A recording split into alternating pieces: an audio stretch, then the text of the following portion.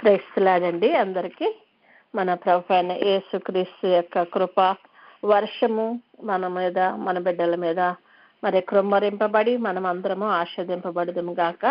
ఆమేన్. దేవుని కృపా కనికరాలను బట్టి ఈరోజు మరి దేవుడు ఇచ్చినటువంటి వాక్యాన్ని బట్టి మనం ముందుకు వెళ్దామండి. మనం ప్రతిదినము ప్రతి వారము కూడా వీలైతే కుదిరినంత మట్టుకు క్రైస్తవులంగా మనము దేవాలయానికి వెళ్తాము, వెళ్ళి దేవుణ్ణి ప్రార్థించుకుంటాము, వస్తూ ఉంటాము. అదే కాకుండా మరి ప్రతి నెల కూడా మరి కొన్ని చర్చెస్లో నెలకు ఒకసారి ఇస్తారు కమ్యూనియన్, ఒకసారి కొన్ని చర్చెస్లో ప్రతి వారం ఇస్తారు, కొన్ని చర్చెస్లో వారు కూడుకున్న ప్రతిసారి కూడా కమ్యూనియన్ తీసుకుంటా ఉంటారు కదా. మరి ఈ దినము మనము ప్రభు యొక్క శరీర రక్తాల యొక్క విలువ గురించి మనం మాట్లాడుకుందామండి. అంటే దాన్ని మనం ఏ విధంగా మరి తీసుకుంటున్నాము, ఏ విధంగా సిద్ధపడుతున్నాము అనేది మనం ఈరోజు మరి ధ్యానించుకుందాం. మరి ఆయన సన్నిధికి మనం వచ్చినప్పుడు ఆయత్తపడి రావాలంట. ఆయత్తపడటం అంటే సిద్ధపాటు కలిగి రావాలని. ప్రభు సంస్కారం మరి జాగ్రత్తగా సిద్ధపడి దేవాది దేవుడైన క్రీస్తు ప్రభు యొక్క శరీర రక్తాల్లో అంటే మనకి శక్తిని, బలాన్ని, జీవాన్ని, నిత్య జీవాన్ని ఇచ్చే ఆయన శరీర రక్తాలు తీసుకోవటానికి మనము సిద్ధపడాల్సిందని మరి ప్రభు యొక్క వాక్యంలో మనకు చెప్పబడి ఉంది. మరి మనం పాప క్షమాపణ పొంది పాపరహితంగా అవిధేయత లేకుండా ఈ భోజనం తీసుకోవాలని మనం నేర్చుకుందాము. అయితే మనము ప్రతి మండే కూడా మనము సన్నిధి చేసుకున్నప్పుడు రెండో మెట్లో మరి ఖచ్చితంగా మనం ఏమొస్తామండి, పాప క్షమాపణ. మన పాపాలను ఒప్పుకొని ఆయన రక్తం చేత కడగబడతాం కదా. అంటే మనము ప్రతిదీ కూడా మనము పాప క్షమాపణ లేకుండా ఏమి చేయలేము. మనం అన్నం తింటున్నాం అనుకోండి, ఆ ప్లేటు శుభ్రంగా లేకుండా మనము అన్నం అందులో పెట్టం కదా. ఒకవేళ మురికిగా ఉన్న దాంట్లో పెట్టామనుకోండి, ఆ ప్లేట్లో ఉన్నటువంటి సమస్తమైనటువంటి ఆ యొక్క బ్యాక్టీరియా ఏమవుతుందండి, మన ఆహారాన్ని విషపూరితం చేస్తుంది కదా.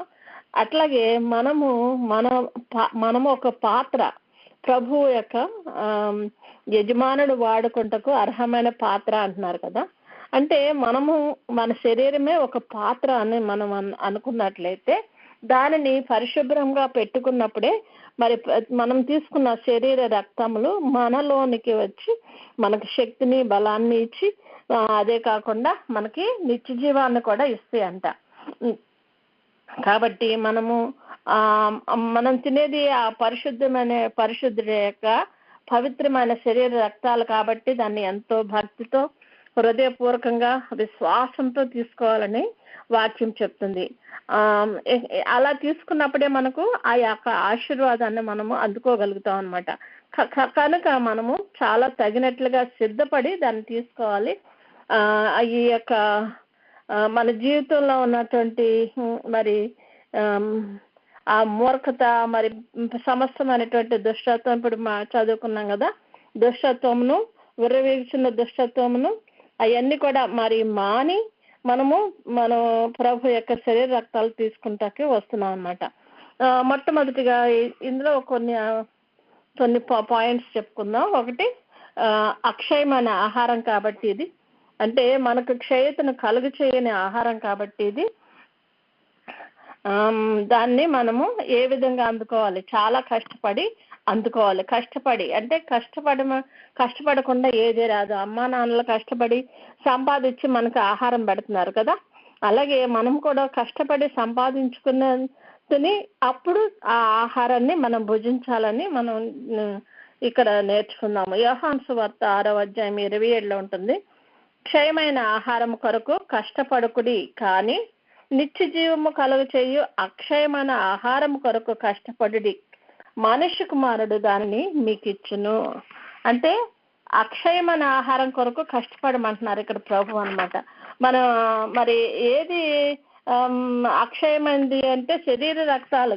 అంటే ఈ లోకంలో శరీరంలో సంబంధించిన ప్రతిదీ తింటా ఉంటాము, తిన్నప్పుడు మనకు ఒక శక్తి వస్తుంది, బలం వస్తుంది. అది తినపోతే మనము సగినంటువంటి శక్తి రాదు మనకి, మనం ఏమీ చేయలేని నీరసం అయిపోతా ఉంటాం కదండి. కానీ ఈ యొక్క అక్షయమైన శరీరం అయితే మనకు నిత్య జీవాన్ని కూడా ఇస్తుందంట. ఈ లోక సంబంధమైనటువంటి ఆహారము మనకి నిత్య జీవాన్ని ఇవ్వదు. ఈ లోక సంబంధమైన ఆహారం ఈ లోక సంబంధంగా కొన్ని పనులు చేసుకోవటానికి శక్తిని, మరి ఆరోగ్యంగా ఉండటానికి ఇస్తుంది. కానీ మరి నిత్య జీవం కలిగించే ఆయన ఇచ్చే ఆహారం మాత్రం మనలను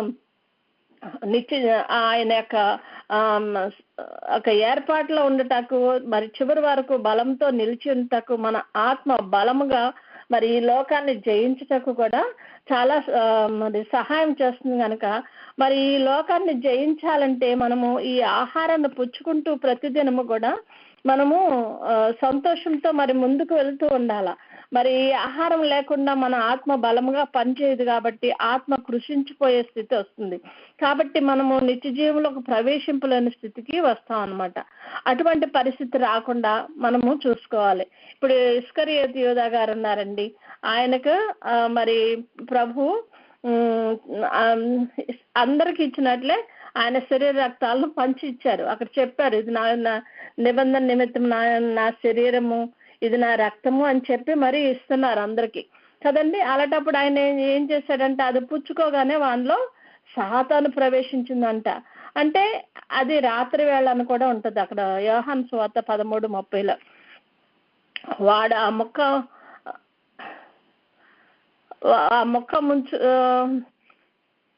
మొక్క పుచ్చుకోగానే వానలో సాతాను ప్రవేశించను. అంటే మనము సిద్ధపాటు లేకుండా మన హృదయాల్లో పరిశుద్ధత లేనప్పుడు మరి పాలలాగా ఉన్నటువంటి ఒక మన పదార్థాలు కూడా విషంగా మారిపోతాయి అంట. అంటే మరి అంత పరిశుద్ధమైనటువంటి ఆ శరీర రక్తాలు మరి ఆయనలో ప్రవేశించినా కూడా తన యొక్క అపరిశుద్ధతను బట్టి, అది అక్కడ ఎమడలేకపోవటం బట్టి మరి సాతానుడు అతనిలో ప్రవేశించినట్లుగా మనం చూస్తాం.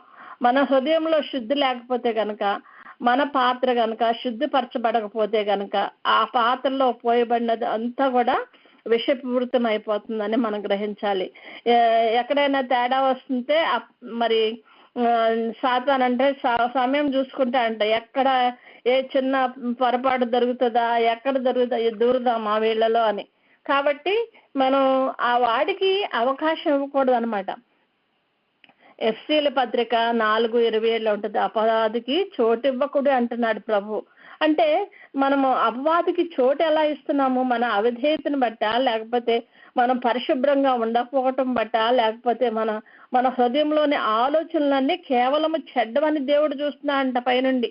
అంటే అటువంటి స్థితిలో మనం ఉన్నట్లయితే మనల్ని మనం పరీక్షించుకుందాము. మరి ప్రకటన 3:1 ఉంటుంది, జీవించుచున్నావన్న పేరు ఉన్నది కానీ నువ్వు చచ్చిన వాడవే అంటున్నాడు. అంటే జీవిస్తున్నాం అంటున్నాం, మనం బతుకుతున్నామనే అనుకుంటున్నాం మనం, కానీ మనము చచ్చని స్థితిలో ఉన్నామేమో అని దేవుని భయంతో మనం శరీర రక్తాలను పుచ్చుకున్నట్లయితే మనము ఆ యొక్క చెడు నుండి, అపవాది నుండి మనం తప్పించుకోగలుగుతాం. ఎందుకంటే శరీర రక్తములు మనలో అంత ప్రభావాన్ని కలుగజేస్తాయి అనమాట, మనకు జీవాన్ని ఇస్తాయి అనమాట. దాన్ని అందుకునేటువంటి భాగ్యం మనం సంపాదించుకోవాలన్నమాట. నా శరీరం తిని నా రక్తం తాగువాడే నిత్య జీవము గలవాడు అంటున్నాడు ప్రభు. అంటే దేవుని భయంతో మనం దేవుడు తీసుకున్నట్లయితే, మనము దాని కొరకు కష్టపడినట్లయితే మనము దాని యొక్క ఫలితాన్ని పొందగలుగుతాం అనమాట. అలాగే యోహాను సువార్త 6:48 ఉంటది, జీవాహారము నేనే, విశ్వసించువాడే నిత్య జీవం గలవాడు. అంటే విశ్వాసంతో మనము ఈ శరీర రక్తాలను అందుకోవాలి. మనం అలా విశ్వాసంతో ఉన్నప్పుడే మనము నిత్య జీవాన్ని కూడా కలిగిన వారమై ఉంటాం అనమాట.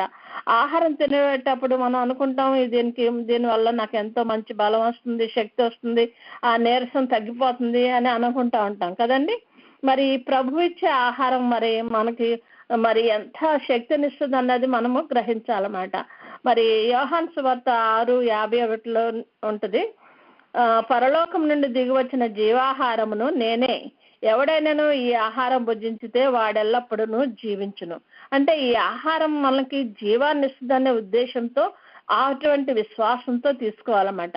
అలాగే కాకుండా మరియు నేను ఇచ్చే ఆహారం లోకమునకు జీవం కొరకైన నా శరీరమే అని నిశ్చయముగా చెప్తున్నాను. అంటే ఆయన ఇచ్చే శరీర రక్తాలను బట్టి మనకు జీవం ఇస్తుందని మరి మీరు నిశ్చయంగా తెలుసుకోవాలని ప్రభు చెప్తా ఉన్నారన్నమాట. మళ్ళీ అలాగే అక్కడే 53, 54లో ఉంటాయి, మీరు మనుష్య కుమారుని శరీరం తిని ఆయన రక్తం తాగితే గాని మీరు జీవం గలవారు కారు అంటున్నాడు ప్రభు. అంటే ఆ యొక్క శరీర రక్తంలో చాలా మంది ఏమనుకుంటారు, అయ్యో నేను సరిగ్గా సిద్ధపడలేదండి, నేను సరిగ్గా వెళ్ళలేదండి, నేను కావాలని పుచ్చుకోలేదండి, నేను అపవిత్రంగా ఉన్నాను. అపవిత్రంగా ఉండేటట్లు పరిస్థితికి రానియకూడదు నువ్వు. ఎందుకంటే మనము అలర్ట్గా ఉండాలి. మనము ఏ విషయంలోనూ అపవిత్రత పొందుతున్నామా, ఏ విషయంలోనూ సిద్ధపాటు లేకుండా ఉంటున్నామా. కానీ ఈ శరీర రక్తంలో పుచ్చుకోకపోతే కూడా మనకి ఏమవుతుందంటే అండి, జీవము లేని వారం అవుతాం అనమాట. మరి ఈ ఆహారం తీసుకున్నప్పుడే మనకు నిశ్చయముగా మనం జీవిస్తామంట అని ఇక వాక్యం చెప్తుందండి. మరి ఆయన అది తాగినప్పుడే జీవం అనేది మనకు వస్తుంది. నా శరీరం తిని నా రక్తం తాగువాడే నిత్య జీవం గలవాడు, అంత్య దినమున నేను వానిని లేపుదును. అంటే దేవుని రాకడ వచ్చినప్పుడు ఆయన మరి మనం అనుకుంటున్నాం కదా, ఇప్పుడు రాకడ సమయము, ఎత్తబడే సమయం అనుకుంటున్నాం కదా. అంత్య దినములో ఆయన వారిని లేపుతాడట. మనం మరి నిద్రపోయినా కూడా ప్రభు లేపగలం శక్తి. నేను చనిపోయాడు, మా అమ్మ మా నాన్న చనిపోయారు, మా తాతయ్య చనిపోయారు, వీళ్ళందరూ చనిపోయారు, కానీ వారు విశ్వాసంతో దాని శరీర రక్తాల్లో పాలు పుంజుకున్న వారైతే ఖచ్చితంగా వారు లెగస్తారు అనేటువంటి మరి విశ్వాసం మనకు ఉండాలన్నమాట. అదే విధంగా నేను కూడా ఒకవేళ ఈ లోకాన్ని విడిచినా కానీ, ఈ లోకంలో మరి శరీరంతో ఉన్నా కూడా ప్రభు నన్ను లేపుతాడు, తప్పకుండా నేను ఎత్తబడతాననే విశ్వాసం కలిగినప్పుడు మనము ఈ శరీర రక్తాల్లో పాలు పంచుకోవచ్చు అనమాట. అంతేగాని అరే నేను ఇప్పుడు వద్దులేండి, ఇప్పుడు ఈసారికి వద్దులేండి, ఇంకోసారి తీసుకుంటాను అని మనం ఎక్స్క్యూజెస్ చెప్పకూడదు. ఎందుకంటే రాకడ బహు సమీపంగా ఉంది. ఏ నిమిషంలో ప్రభు మరి దిగి వస్తారో తెలియదు. నీకు తర్వాత మళ్ళీ సమయం వస్తుందన్న అవకాశమే మనకు లేదయ్యే.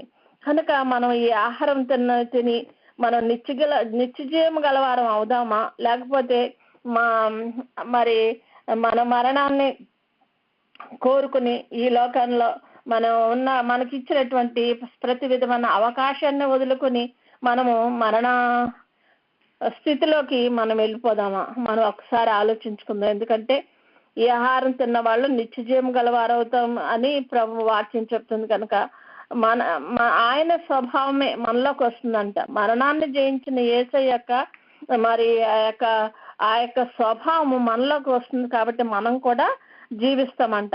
యేసయ్య అంటున్నారు కదా, ఓ మరణమా నీ జీవం ఎక్కడా, ఓ మరణమా నీ ముళ్ళు ఎక్కడా అని. ఆయన ఆ మరణాన్ని జయించగలిగిన శక్తి గలవాడయ్యాడు అక్కడ.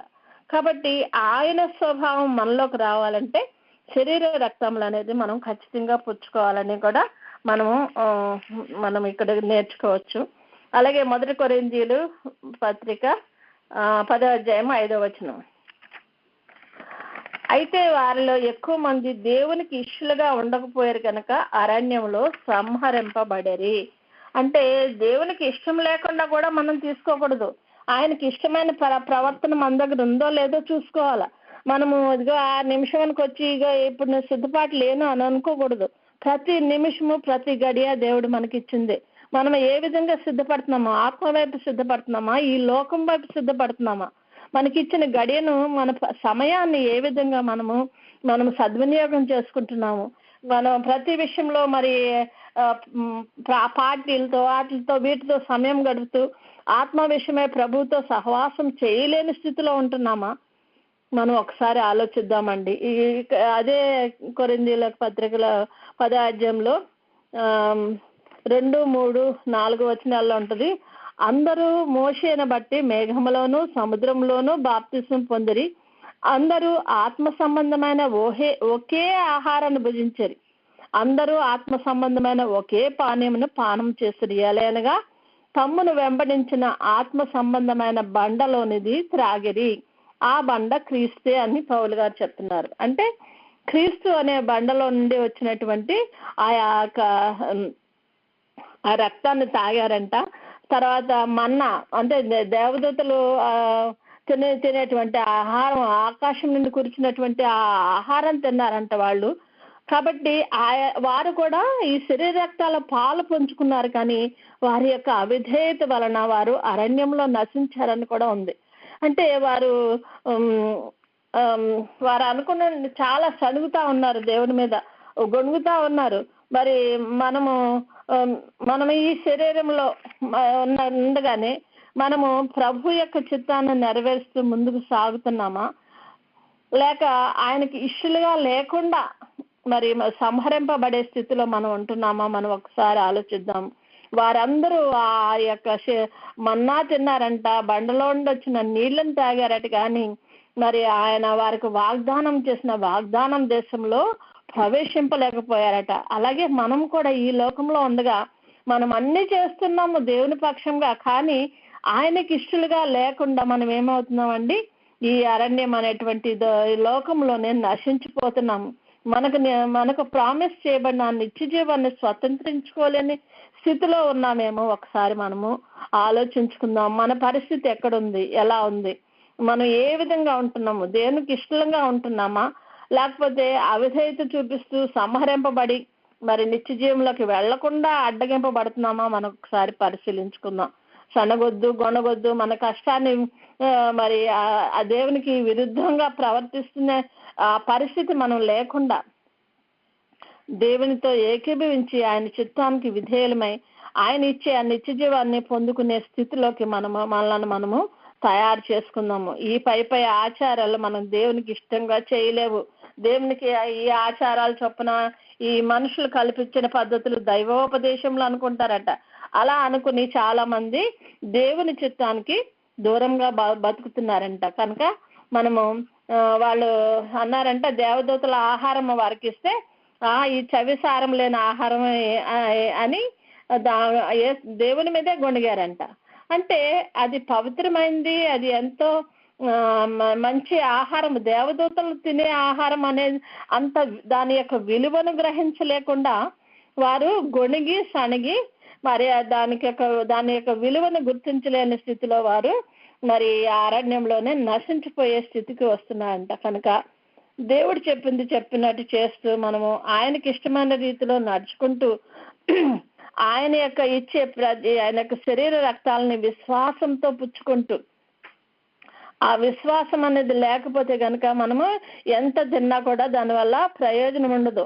మరి ఆది అపోస్తలుల కాలంలో అందరూ ప్రతి దినము వచ్చి అక్కడ రొట్టి అది తింటూ మాకు ఇది లేదు అది లేదని గొణుగుతూ మాకు అది కావాలి ఇది కావాలి. శరీర రక్తం అనేది మరి సాధారణంగా మనం ఇళ్లలోనే తిని వెళ్ళిపోతాము, కానీ అక్కడికి వెళ్ళిన తర్వాత ప్రభువు ఇచ్చే ఆహారానికి ఉన్నటువంటి ఆ విలువను ఈ లోక సంబంధమైన ఆహారంతో పోల్చుకోకూడదని అక్కడ వాక్యంలో కూడా చెప్పబడిందండి. కనుక మనము దేవుని నియమ ప్రకారం, దేవుని క్రమము ప్రకారం మనం నడుచుకున్నట్లయితే దేవుని యొక్క చిత్తాన్ని మరి మనం నెరవేర్చిన వారమైతే దేవుడు మనల్ని కాపాడుతాడు. విసిగిపోయి ఆయన వారి మీద విసిగి వారిని సంహరించాడంట. దేవునికి విసుగుదల పుట్టించే స్థితిలో మనం ఉండకూడదని దేవుడు ఇక్కడ మరి ఒకసారి మాట్లాడుతున్నాడండి. అలాగే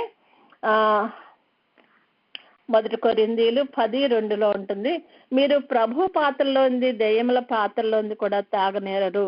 ప్రభు బల్ల మీద ఉన్న దానిలోను దెయ్యముల బల్ల మీద ఉన్న దానిలోను కూడా పాలు పొందనేరరు. ఇక్కడ అంటే మనము ఒక కాలు లోకంలోను ఒక కాలు ప్రభువులోను వేస్తే మనము అలా చేయాల్సిన దేనికి చెందకుండా నాశనం అవుతామని మరి ఈ వాక్యం ద్వారా మనం గ్రహించవచ్చండి. మరి దానియేలు గారు ఆయన ముగ్గురు స్నేహితులు షద్రకు మెషకు అబేద్నెగోలు కూడా బబులోనులో మరి రాజుగారు భుజించేటువంటి విగ్రహార్పితమైన ఆహారాన్ని అని గ్రహించి దాన్ని భుజించకుండా ఉండటం కోసం వారు దాసులు. వాళ్ళు చెప్పటానికి అయ్యో నేను తిన్ను అంటాక లేదు అక్కడ.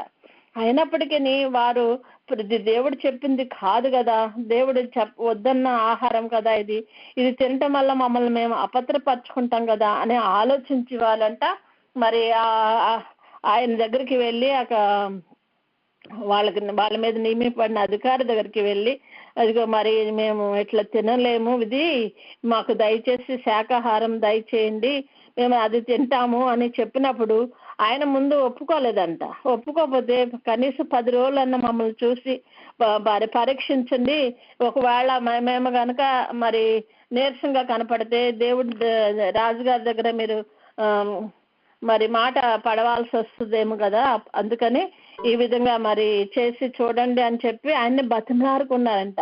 అంటే మనము ప్రభు కార్యం చేయుటకు మనము మనసులో ఇష్టపడినప్పుడు దానికి తగినటువంటి కార్యం మనం చెయ్యాల. మనం అలాగే ఉండి వాళ్ళు ప్రభా మరి ఇచ్చింది ఇదే నాయన, మాకు ఇంకేది లేదు, ఇదే తిన్నాం, మేము దీన్ని శుభ్రపరచు అనట్లేదంట. కానీ దానికి తగిన ప్రయత్నము వాళ్ళు చేశారట. మనం కూడా మన ఈ లోకంలో ఉండగా మనకి ఎన్నో ఆటంకాలు, అంతరాయాలు మన ప్రభు చిత్తాన్ని నెరవేర్చడానికి కలుగుతాయి మన జీవితంలో. కానీ ఆ యొక్క అన్ని ఆటంకాలను కూడా అధిగమించడానికి ఎప్పుడు దేవుడు సహాయం చేస్తాడంటే మన ప్రయత్నం మనం చేసినప్పుడు. ప్రార్థన చేస్తాము, ప్రయత్నం చేస్తాము, దేవుని చిత్తాన్ని నెరవేర్చడానికి తగినటువంటి ప్రయత్నం మనం చేసినట్లయితే మరి దేవుడు ఖచ్చితంగా మనకు సహాయం చేస్తాడని కూడా మనము ఇక్కడ దీని ద్వారా తెలుసుకోవచ్చు. దానియేలు గారు ఆయన స్నేహితులు వారిని వారు ప్రత్యేకించుకున్నప్పుడు మిగిలిన వాళ్ళకంటే కదా చాలా ఆరోగ్యంగా కనపడినట్లుగా మనం వాక్యంలో చూస్తామండి. విగ్రహార్పిత ఆహారము భుజించుటకు దానియేలుకు మనసు అంగీకరించలేదట. అంటే ఆయన అది తినటానికి తనకి మనసులో బాగలేదు. ఎందుకంటే తను పెరిగిన పద్ధతి వేరు, తన క్రమం వేరు. దేవుడు చెప్పిన 10 ఆజ్ఞలను వాళ్ళు పాటిస్తూ వస్తున్నారు. మరి అలాగే వాళ్ళ ముగ్గురు స్నేహితులు కూడా మరి అందరం మోకరిచ్చి ఆ విగ్రహానికి చేసినప్పుడు అక్కడ ఎవడు చూడొచ్చాడు, అందరిలో గుంపులో గోవిందాన్ని వెళ్ళిపోతారు కదా చాలా మంది. కానీ అట్లా కాదంట వాళ్ళు, అరే మా దేవుడు చెప్పాడు, ఇది ఎంతమంది మోకరిచ్చినా సరే మేము మాత్రం మా దేవుడు చెప్పిన మాట మాత్రమే వింటాము. ఆయన 10 ఆజ్ఞల్లో విగ్రహాన్ని చేసుకోవద్దన్నాడు కాబట్టి దాన్ని మేము పాటిస్తాము అని ఆ వాళ్ళు దాని కొరకు నిలబడినప్పుడు వాళ్ళకి తెలుసు దాని వల్ల వచ్చే పర్యవసానం ఏంటి, మరి అగ్నిగుండంలో పడవేయబడతారని. అయినా కూడా పోతే పోయింది, చేస్తా మా దేవుడు చూసుకుంటాడు, ఒకళ్ళు రక్షించడానికి ఆయన సముద్రుడు, ఒకళ్ళు చేస్తాడు, లేదంటే అసలు ఆయన మాట విన్నామన్న సంతృప్తితో మేము చనిపోతామని అనుకుని వారు ధైర్యంగా నిలబడగలిగారంట. అలా నిలబడినప్పుడు వాళ్ళ దేవుడు ఊరుకున్నాడా అండి? అగ్నిగుండంలో 7 అంతలు చేయబడిన అగ్నిగుండంలో కూడా వాళ్ళు యేసూర్యంలో ఉన్నట్లుగా చక్కగా తిరుగుతూ ఉన్నారంట. అలాగే మన ప్రభు కార్యం చేయగలడా లేదా అని ముందే ఆలోచించుకుని, అబ్బో ప్రభు చేయలేకపోతే ఎలాగా, మరి నేను నశించిపోతాను అని మనము ముందుగా ఎన్నో ఆలోచనలు వచ్చేస్తూ ఉంటాయి. అమ్మో దీనివల్ల ఇదేమో, దానివల్ల ఇదేమో అని అనుకుని మనము చాలా విషయాల్లో మనము ప్రభు వాక్యాన్ని నెగ్లెక్ట్ చేస్తూ ఉంటాం.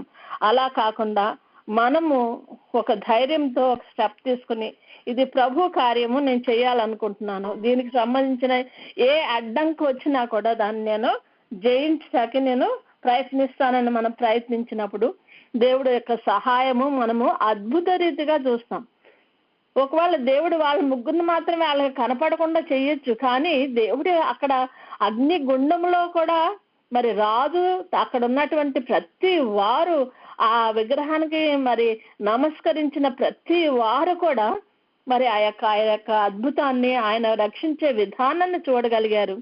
వారి దేవుడే గొప్ప దేవుడు అని అనిపించుకునేలాగా చేశాడనమాట. కాబట్టి మన పరిస్థితులను అనుకూలపరచగలిగిన శక్తి గల దేవుడికి మన హృదయాన్ని మరి అర్పించి ఆయనకి ఇష్టమైన రీతిలో ఆయనకి చిత్తానికి లోబడి మరి ఆయన చిత్తానుసారంగా నడుచుకునేటువంటి ప్రయత్నం మనం చేయాలని ప్రభు మనలను మరలా హెచ్చరిస్తున్నాడు. కాబట్టి 2 బలలో కానీ మనం ఏది నిర్ణయించుకుంటాము? ప్రభు వల్ల నిర్ణయించుకుంటున్నామా, దెయ్యముల బలను నిర్ణయించుకుంటున్నామా, లోకాన్ని నిర్ణయించుకుంటున్నామా, లేకపోతే మన నిత్య జీవాన్ని మనం నిర్ణయించుకుంటున్నామా? దొరలుగా బతకాల్సిన మనము పాపానికి దాసలమై బతుకుతున్నామా? మనం ఒకసారి ఆలోచించుకుందామండి. ఎందుకంటే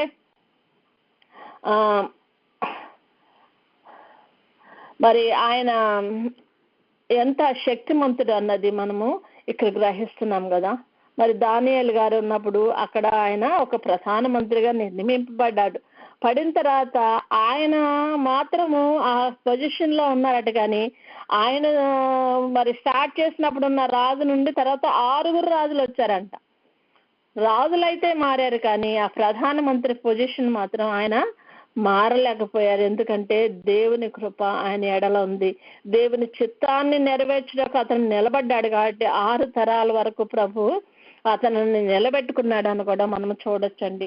కనుక మనం ఏం చేస్తున్నాము?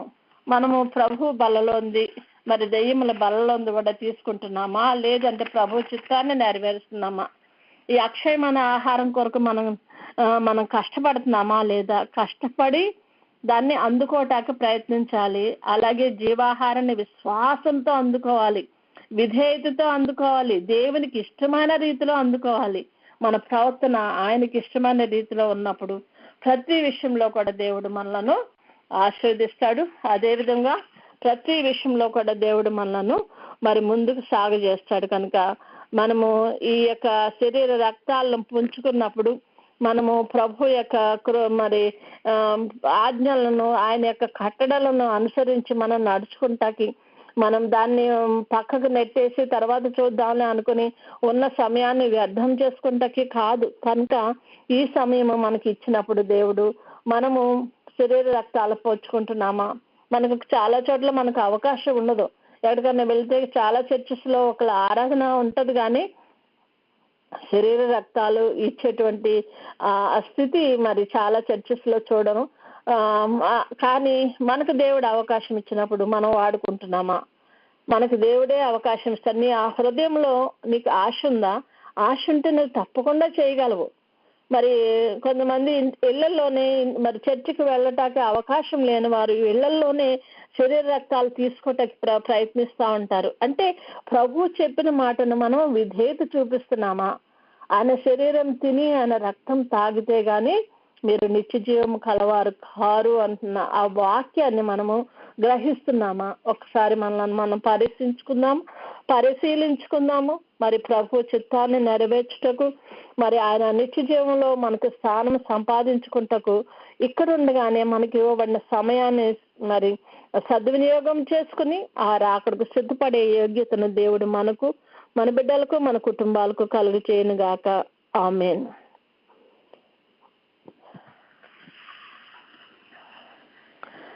క్రైస్తలాడండి, మనం సన్నిధి చేసుకుందామా? కొద్దిసేపు మనం విన్న వాక్యాన్ని బట్టి ఆ నిత్య జీవం గురించి ఆలోచించుకుని మన హృదయాలను ప్రభు తట్టు తిరగజేసుకుని ఆయన పావన పాదాల దగ్గర మనం ఉన్నామని, మనం చేసే ప్రతి విధమైన ప్రార్థన, మరి ప్రతి విధమైన ఆలోచన దేవునికి అంగీకారంగా ఉండనట్లు మన మనసులను మనోనిదానం కలిగిందాం.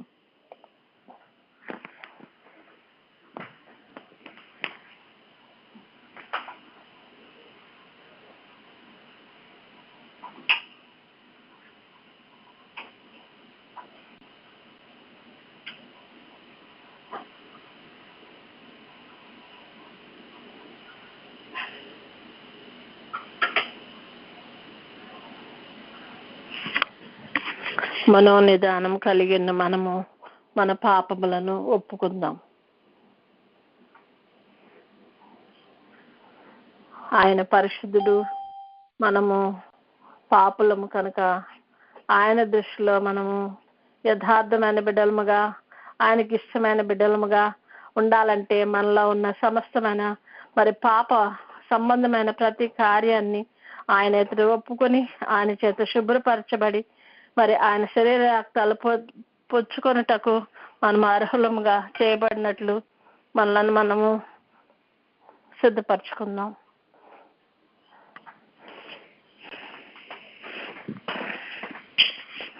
పాపములు క్షమించుటకు మనిషి కుమారుడికి మాత్రమే అధికారం ఉందని వాక్యంలో చెప్పిన రీతిగా ఆ దేవాది దేవుని ముందు, మనిషి కుమారుడైన యేసుక్రీస్తు గారి ముందు మనమందరము మరి ఇది మన నిలబడి ఉండగా ఆయన మన తప్పులను, పాపములను క్షమించి మనలను తన పవిత్ర రక్తం చేత కడిగి పవిత్రపరచినట్లుగా ప్రభు సన్నిధిలో వేడుకుందాం.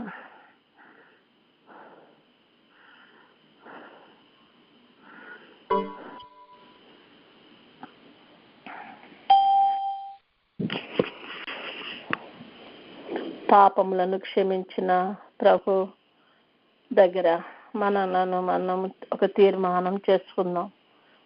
ఆయన నిత్య జీవంలోకి ప్రవేశించకు నాయన నీవు ఇచ్చిన ప్రతి విధమైనటువంటి ఆజ్ఞను, ప్రతి విధమైన కట్టడను నేను అనుసరించాలని నేను తీర్మానించుకుంటున్నాను ప్రభా.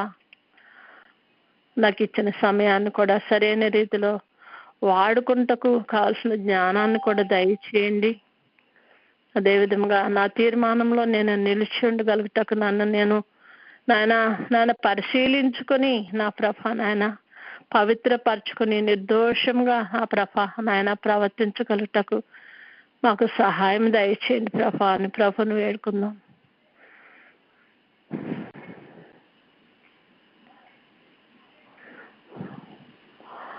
అక్షయమైన ఆహారం కొరకు మనం ప్రయాసపడదాము, కష్టపడదాము. అట్లా కష్టపడతాను ప్రభా. అలా ప్రభా నా తండ్రి దాన్ని సంపాదించుకుంటకు నా తండ్రి నన్ను నేను సిద్ధపరచుకుంటాను ప్రభా అని ప్రభు ముందు తీర్మానించుకుందాం.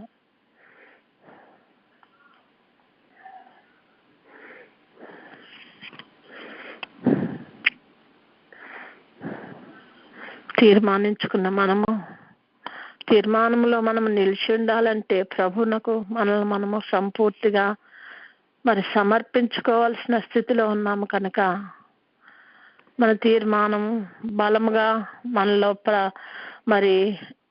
పని చేయుటకు ఆయన శక్తితో నింపబడాలి కనుక ఆయనకు మనము సంపూర్ణంగా సమర్పించుకుని నాయన నన్ను సిద్ధపరచు, నా బలహీనతల నుండి నన్ను లేవనెత్తు ప్రభా. నన్ను నీ శక్తితో నింపు, నీ బలంతో నింపు నాయన.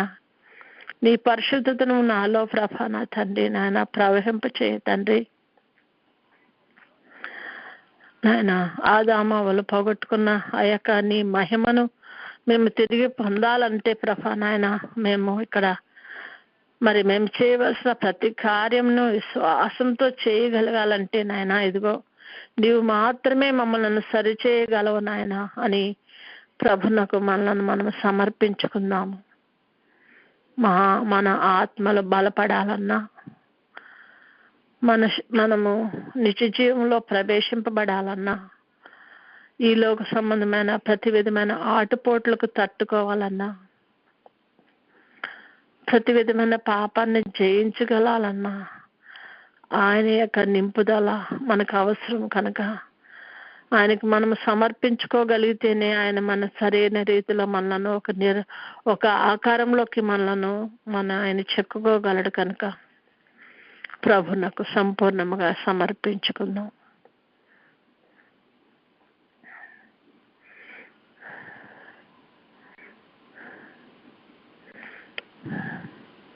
ఈ లోక సంబంధంగా బిజీ పెట్టేసుకుని ప్రభుతో సంబంధం లేకుండా ఉండకుండా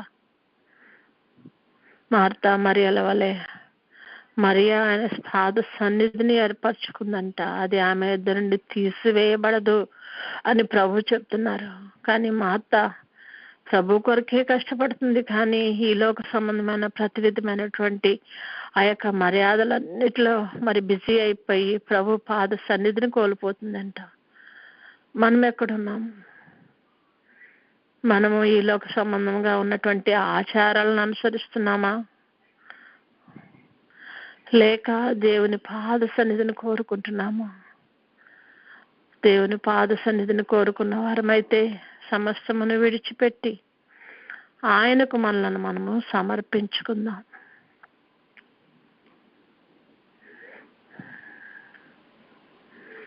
సమర్పించుకున్న మనము ప్రభువుని వేడుకుందాం.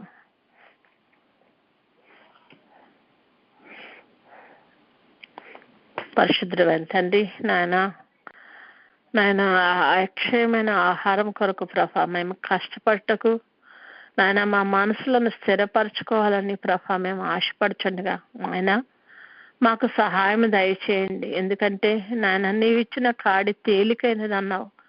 ఆ తేలికైన కాడిని మేము ఎత్తుకొనకుండా మేము దూరం నుండి చూస్తూ అది బరువైంది అనుకుంటున్నాం. మేము నాయన మమ్మల్ని క్షమించండి. కానీ ప్రభా మేము దాన్ని ఎత్తుకొని నా ప్రభా నా తండ్రి ఆ నిత్య జీవంలో వారసులు ఒకటకు ప్రభా నాయన నిశ్చితానికి విధేయులమవునట్లు మాకు సహాయం దయచేయండి ప్రభా. మా చుట్టూ ఉన్న పరిస్థితులను చూచి మేము జడిసిపోకుండా నా ప్రభా, చుట్టూ ఉన్న పరిస్థితులను చూచి నాయన మనుషులను చూచి నా తండ్రి మేము నీ చిత్తాన్ని నెరవేర్చలేకుండా ఉండకుండానట్లు ప్రభా నాయన ధైర్యముగా షడ్రకు మిషకు అబేద్నెగోల వలె మరి దానియేలు గారి వలె ప్రభా నీ కొరకు నిలబడగలిగిన స్థితిని ప్రభా మాకు దయచేయండి తండ్రి అని ప్రభువును వేడుకున్నాం. అవును ప్రభా, అపవాదులు ఎదిరిస్తే వాడు పారిపోతాడు కదా తండ్రి, కానీ ప్రభా మేము ఎదిరించకుండా ప్రభా నా తండ్రి నాయన మేము తండ్రి నాయన ఆ నాయన వాడిని చూచి భయపడుతూ నా తండ్రి నాయన మేము పొందవలసిన ఆ యొక్క ఆ పరుగు పందెంలో దొరకవలసిన బహుమానాన్ని పొందలేని స్థితిలో ఉంటున్నామేమో నాయన. మమ్మల్ని క్షమించి నా ప్రభా నాయన నాయన నీ విజయ బలం మీద ఆనుకుని నువ్వు మరణాన్ని జయించిన ధీరుడు కనుక నాయన ఈ లోక సంబంధమైన ప్రతి విధమైన శోధనను జయించగలటకు శక్తి గలవారు మగునట్లు ప్రభా మీరు సహాయం దయచేయండి తండ్రి.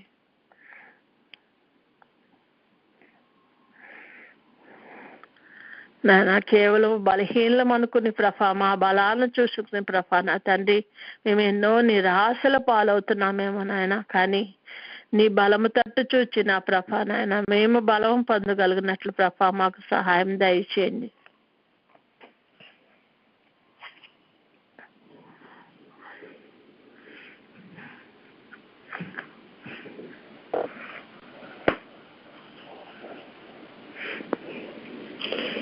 జీవాహారమైనటువంటి నిన్ను ప్రభా మేము నా తండ్రి నాయన విశ్వాసంతో నా తండ్రి ఇది నీ శరీరం అని నీ రక్తమని వివేచించి తీసుకోగలిగినట్లు ప్రభా ఎటువంటి అవిధేయతకు మేము చూడకుండానట్లు ప్రభా మాకు సహాయం దయచేయండి తండ్రి. నీకు ఇష్టమైన రీతిలో నీ శరీర రక్తాలను తీసుకోగలుగుటక ప్రభా మమ్మలను సిద్ధపరచండి ప్రభా. నీకు వందనాలు. లేనిపోని ఎక్స్క్యూజెస్ చెప్పి నీ నుండి తగ్గిపోకుండా తొలగిపోకుండా నాయన సమయం మించిపోయిన తర్వాత దాని కొరకు ఎదురు చూచి దానిని పొందలేని స్థితిలో మేము ఉండకుండానట్లు ప్రభా నాయన మాకు సహాయం దయచేయండి తండ్రి అని ప్రభుని వేడుకున్న మనము ప్రభుని స్తుతిద్దాం. నాయన ప్రభా ఈ లోక సంబంధంగా మేము విశ్వాసంతో మరి తండ్రి నిరీక్షణతో బతుకుతున్నప్పటికీ నాయన నీ శరీర రక్తంలో ఉన్నటువంటి నాయన ప్రభా విలువను మేము గ్రహించి ప్రభా నాయన దానిని ప్రభా నాయన మాకు నీవు ఇచ్చినప్పుడల్లా మేము పుచ్చుకుంటూ పొందుకొని ఆ యొక్క నిత్య జీవాన్ని సంపాదించుకోగలుగుటకు నాయన నువ్వు బోధించిన విధానం బట్టి నీకు వందనాలు చెల్లిస్తున్నామయ్యా. మేము దాని కొరకు కష్టపడగలిగినట్లు ప్రభా మీరు సహాయం చేస్తాకు ప్రభా నాయన మమ్మలను నా తండ్రి నాయన గైడ్ చేస్తున్న విధానం బట్టి నీకు వందనాలయ్యా. విశ్వాసంతో నీ సన్నిధిలో నిలవబడమని సెలవిచ్చిన తండ్రి విశ్వాసంతో నీ శరీర రక్తాలు తీసుకొని నా ప్రభా నాయన నీ యొక్క గుణ లక్షణాలన్నీ కూడా ప్రభా మేము సంతరించుకోగలుగుటకు ప్రభా కృపను అనుగ్రహిస్తున్న దేవాది దేవానికి వందనాలయ్యా. విన్న వాక్యాన్ని ప్రభా సరైన రీతిలో అర్థం చేసుకుంటకు నీ ఆత్మ సహాయాన్ని అందించుచున్న దేవాది దేవానికి వందనాలయ్యా. నీకు విధేయులుగా జీవించటకు ప్రభా నాయన మాకు నేర్పుచున్న తండ్రి నీకు వందనాలయ్యా. ఆ నిత్య జీవం మేము సంపాదించుకోవాలని నీవు ఆశతో ప్రభా మాకు తండ్రి నాయన చేయబట్టుకుని నడిపించుచున్న విధానాన్ని బట్టి నీకు వందనాలయ్యా. ఇక్కడ ఈ లోకంలో బతికితే బతికితే 100 సంవత్సరాలు బతుకుతారేమో మనుషులు, కానీ నాయన నా తండ్రి నాయన ఎవర్ లాస్టింగ్ లైఫ్ తండ్రి నాయన నిత్యము ప్రభా నా తండ్రి ఇక దానికి అంతం లేని స్థితిలో ప్రభా మేము ప్రవేశిస్తూ ప్రభా అది కూడా నాయన పరలోకంలో మా స్వాస్థ్యమును సంపాదించుకోమని ప్రభా బోధించుచున్న విధానాన్ని బట్టి నీకు వందనాలయ్యా. నిత్యాగ్నిలోకి మమ్మలను ప్రవేశింపచేయబడనీయకుండా నా ప్రభా మాకు బోధించుచున్న విధానాన్ని బట్టి నీకు వందనాలు ప్రభా. మేము మా బిడ్డలు మా కుటుంబాలు ప్రభా నాన్న నిన్ను అనుసరించి నడుచుకుంటున్నా ప్రభా నీ ఆజ్ఞలను అనుసరిస్తూ నీ కట్టడలను అనుసరిస్తూ నడుచుకోమని నాయన మాకు పదే పదే ఉపదేశించున్న దేవాది దేవా నీకు స్తుతులు స్తోత్రాలు చెల్లిస్తున్నామయ్యా.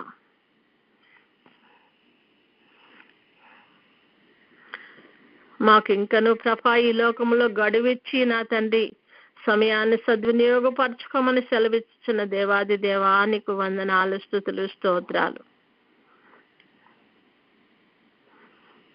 స్తుతించిన మనము కొద్దిసేపు మౌనంగా ఉండి ప్రభు మనతో ఏమి మాట్లాడనై ఉన్నారో దాని ప్రకారం మనం నడుచుకుంటకు ఆయన చెప్పిన దాన్ని శ్రద్ధగా ఆలకించగలిగిన స్థితిలో మనము మన చెవులను ఆయన వైపు ఒగ్గి మన కన్నులను ఆయన వైపు ఎత్తుకొని మన హృదయం నిండా మరి ప్రభు మీద విశ్వాసంతో ఎదురు చూద్దాము. కొద్దిసేపు మౌనంగా ఉందాం.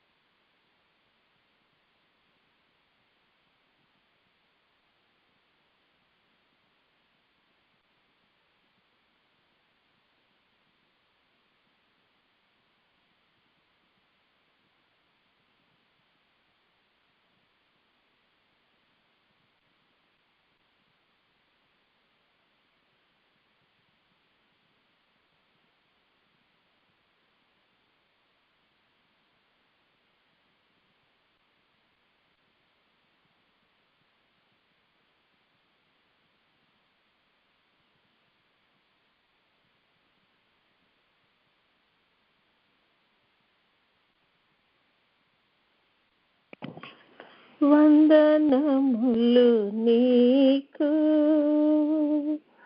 శుభవందనములు నీకు,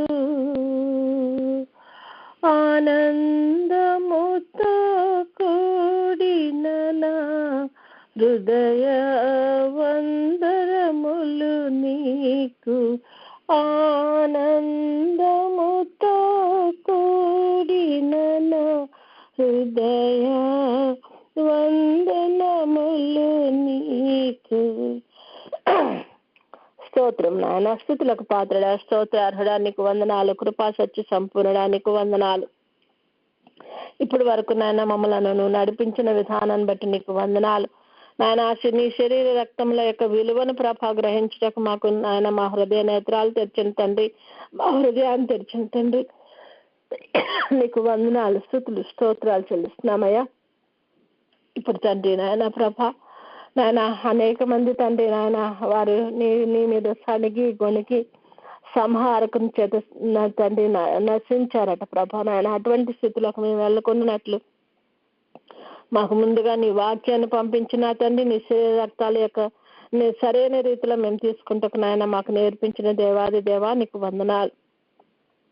నిన్ను అనుసరించి నడుచుకుని, నీ వాక్యాన్ని అనుసరించి నడుచుకుని నాయన నీకు విధేయులమైన తండ్రి నిత్య జీవాన్ని స్వతంత్రించుకునే స్థితిని మాకు, మా బిడ్డలకు, మా కుటుంబాలకు, ఈ వాక్యం విన్న ప్రతి బిడ్డకు నువ్వు దయచేసి నాయన నువ్వు నడిపించమని నా ప్రభ నీ యొక్క కృపలో మమ్మల్ని భద్రపరిచి నడిపించమని, అంతం వరకు నిలకడగా నీలో నిలిచి ఉండగలిగే కృపను, నిత్య జీవాన్ని స్వతంత్రించుకునే స్థితిని మా అందరికి దయచేయమని యేసయ్య అతి శ్రేష్టమైన నామములో అడిగి పొందుకుని ఉన్నాం తండ్రి. ఆమేన్.